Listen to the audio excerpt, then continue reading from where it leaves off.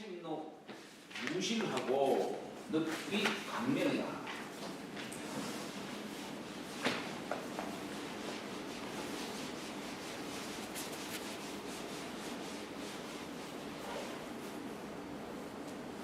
자, 책자는 대죽변에 묶을속자 쓴 것이죠.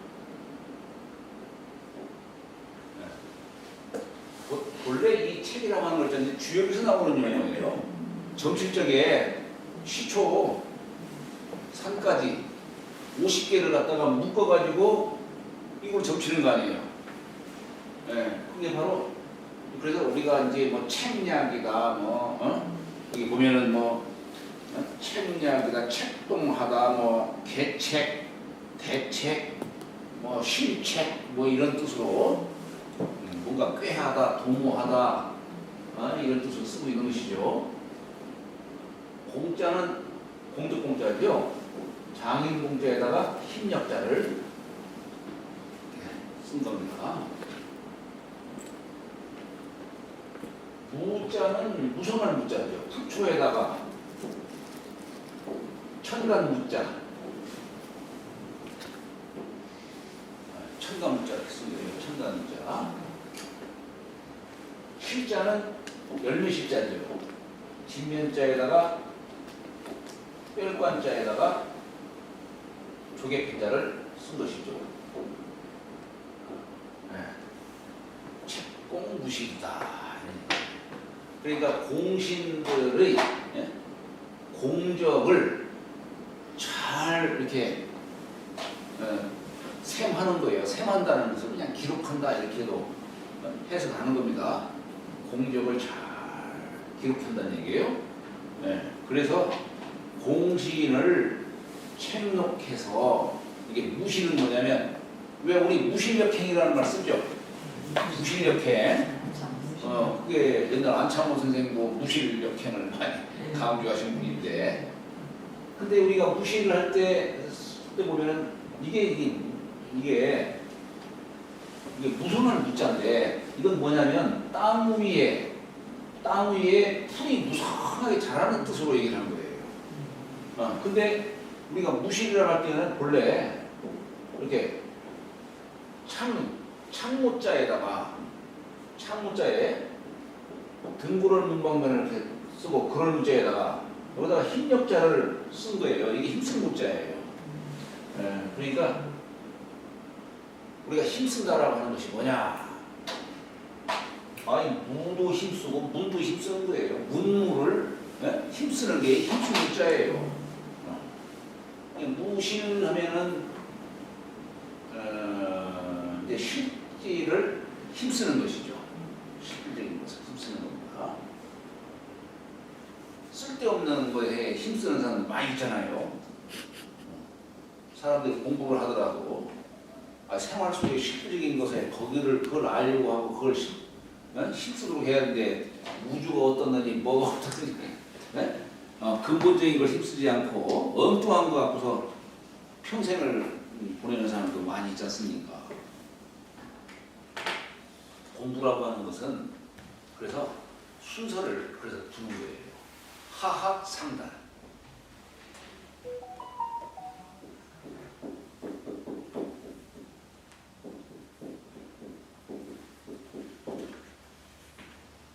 하학이라는 게 뭐냐면 내 생활 속에 실천할 수 있는 것들 이런 거에 힘쓰는 거예요. 이게 하학이에요. 그리고 나서 이게 왜 그럴까? 어떻게 이치를 생각하는 거예요. 세상을 생각하고. 그래서 우리 옛날부터 우리 동양 고전에서는 우선 어렸을 적에 먼저 소학을 먼저 배우도록 하죠. 소학책에는 뭘 거기에 기록을 해놨냐면 쇠, 소, 음대, 방 쓸고 닦고 하는 법 이런 거 가르치고, 음대는 뭐냐면 부모라든가 어른 앞에서 응하고 답하는 거. 부모나 어르신이 질문했을 적에 답하는 거. 쇠소 음대와 진퇴지절.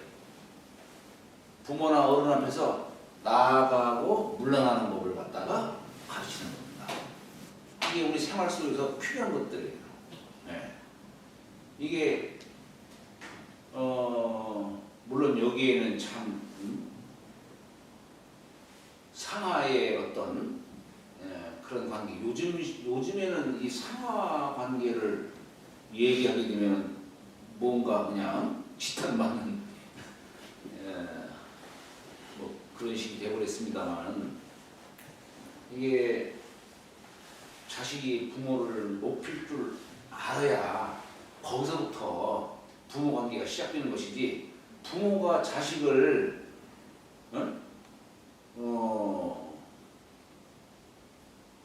뭐라고 해야 되나, 이걸 요즘에는 참 사람들이 거꾸로 이게 생각을 하는 것 같아요. 어쨌거나 효라고 하는 것은 이건 참 생명사상이에요. 생명사상. 그러면 그 효라고 하는 것은 일단은 자식이 부모를 높이는 데에서부터 시작이 되는 겁니다. 부모가 자식을 사랑하는 건 당연한 거지만, 부모가 못났어도 어떡합니까? 혈연관계에 높일 줄 알아야 되는 것이죠. 못났어도. 그리고 나서 상달은 뭐냐? 이제 어려서 수학을 공부하고, 그리고 난 뒤에 이제 대학을 공부시키는 거예요. 대학. 옛날에는 삼국시대 때는 7, 8세 때, 나이 8세가 되면 수학을 공부하게 했어요. 8살 되면 수학을 공부하게 했고, 15세가 되면 이제 세상 이치를 깨달을 때다 있는 게 15살 되면 다 이제 대학에 들어가는 겁니다. 옛날에는 태학이라고 했어요. 태학에 들어가서 거기서는 뭘 배우냐?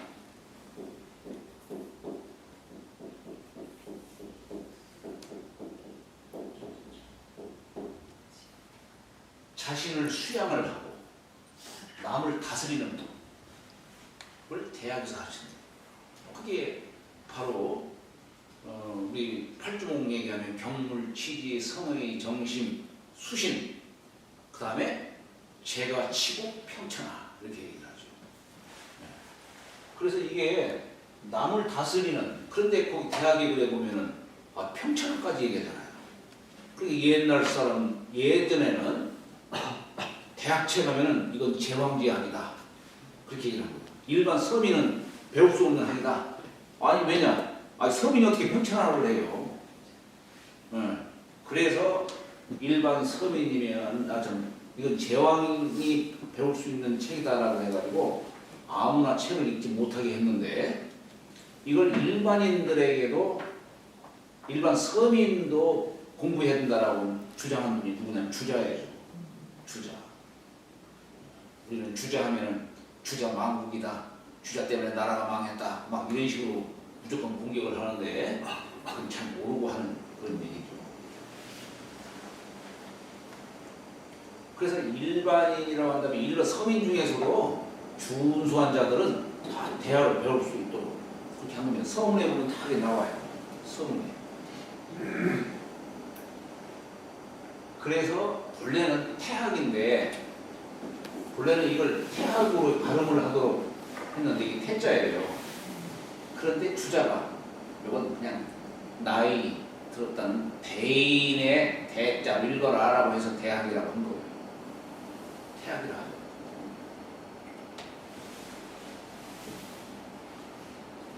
여기 이제 이 무자가 무성할 무자지만 힘쓸 무자와 서로 통용을 했어요. 옛날에는 이 무자를 썼어요.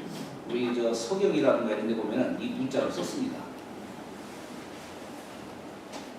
이게 이제 실질적인 것에 힘쓰도록 했다, 이런 얘기예요. 그 다음에 늑비 강명이라. 늑자가 여기에다가 이 늑자에다가 이게 바꿀 협자죠. 가죽 협자도 되죠. 여기다가 흰 협자를 쓴 거예요. 그러니까 보통 이제 이걸 색일륵 이렇게 얘기를 하는데,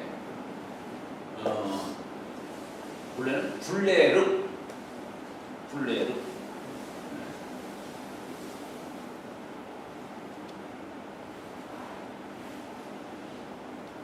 우리 저기 여주에 가면 신륵사가 있죠? 신륵사. 여주에. 거기 왜 신륵자에 이 육자를 썼을까? 비부사찰이에요. 비부사찰. 남한강 물고기가 내려오는데 그게 마치 그냥 막 황마가 그냥 날뛰는 모습하고 똑같다는 얘기예요. 그런데 거기에 다행히 바위가 찌들어져 있고 해가지고 그게 그 성난 물고기를 딱 막아주는 곳이에요. 거기다가 절을 세우고 말하자면은 거기에 만약에 그 바위가 찌그러져 있지 않으면은 여주 물난리 나요. 거기서 잡아줬다 이런 얘기예요. 그래서 거기다 탑도 세우고 뭐 그렇게 한 겁니다. 그 묘한 말을 갖다가 황말을 갖다가 굴레로 말고기를 딱 잡고서 진정시키는 곳이다 이런 얘기예요. 그게 신륵사예요. 신륵사. 우리 미륵이라고 하는 글자를 이렇게 쓰죠. 미륵. 그 미자는 활공자에다가 너희자를 써요.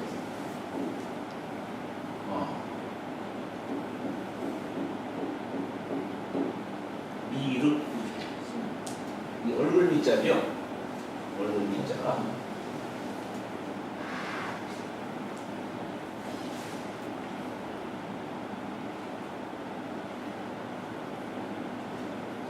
자, 여기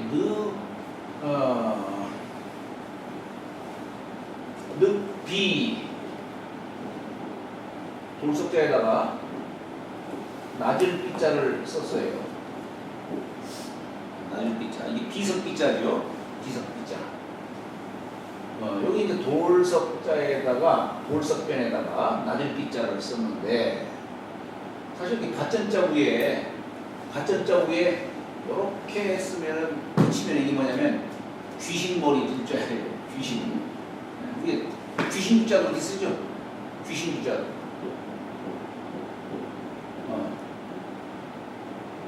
그렇게 이거 쓰잖아요. 귀신머리 들자잖아요. 그러니까 물론 이제 망인을 추구하는 글을 갖다가 새기는 것이 이제 비석이라고 하는 건데. 여기는 되게 낮은 삐자로서 이 열숫자 쓴 것은 이게 손숫자를 원래 쓴 거예요. 손숫자가. 그래서 신분이 비천한 자가 일을 하는 어떤 도구를 잡고 일하는 그런 뜻을 담은 글자다 이렇게 보통 얘기를 합니다. 어쨌거나 비석이라고 하는 것은 묘소 옆에다가 tum으로 해서 그 망자의 어떤 공적을 기록하는 그런 뜻도 되지만 또한 신분이 낮은 자가 옆에서 호위하는 그런 뜻도 담겨 있는 거예요. 그래서 낮은 글자를 써서 이렇게 표현한 겁니다. 이게 여기 륵비 하면은 비석에 새겼다 이거예요. 우리 륵이라고 하는 글자, 우리가 을사조약을 우리가 늑약이라고 썼죠. 늑. 조약, 왜 조약이냐? 우리가 강제로 당한 건데 왜 조약이라는 걸 쓰느냐? 조약은 국가와 국가 간의 대등한 관계에서 뭐 조약을 맺는 것이지. 우리가 을사년도에는 어떻게 우리가 무슨 조약을 한 거냐? 강제로 당했지. 그래서 늑약이라고 이렇게 표현하게 한 거예요. 을사, 늑약이에요. 그래서 이게 아까 색일륵자로도 쓰였지만 본래는 굴레륵자예요. 이게 가죽으로 말 고삐를 갖다가 잡은 거예요. 굴레륵자예요. 그것이 나중에는 그 굴레 속에서 벗어날 수 없다는 뜻을 담고서 이제 색일륵 그런 뜻으로 변천하게 된 것이죠. 그런 뜻으로. 자, 그래서 늑비 각명이라. 각자는 자축이며 진사오며 신유술 해라고 하는 이 해자에다가 활급자를 붙인 겁니다. 그러니까 이게 물론 해라고 하는 글자가 이게 참 이 고전이라고 하는 것은 어떤 한 뜻만을 드러내는 게 아니에요. 이것이 해자는 본래 여기 망할 망자에 두 사람을 쓴 거예요. 그러니까 이게 뭐냐면 음양이 숨어 있는 거예요. 네? 해라고 하는 글자 속에는 음양이 숨어 있는 뜻이에요. 거기에는 모든 걸 다 담고 있는 것이죠. 네, 그래서 해라고 하는 글자가 모든 걸 다 담고 있다는 그런 뜻을 담고 있는 겁니다. 그런 뜻을 드러내고 있는 거예요. 또 우리 색일갑자를 쓰는 팔도자 썼어요. 이 해라고 하는 것은 우리 포태법 원래 보면 해, 묘, 미 목국이죠. 뭐 나무에다가 새기는 거예요. 나무에 장생지지 아니에요, 이거? 네. 여기다가 끌로 새기는 것이죠. 이게 각이라고 하는 뜻이죠. 명자는 쇠금자에다가 이런 명자를 붙인 겁니다. 그러니까 이건 쇠에다가 새긴 거죠. 이건 나무에다가 새긴 것이고, 이건 쇠에다가 새긴 거예요. 네. 그래서 이 공신들의 그 공적을 갖다가 그 자취를 비석에다가 새기고 쇠에다가도 새겼다. 이런 뜻으로 늑비 강명이라.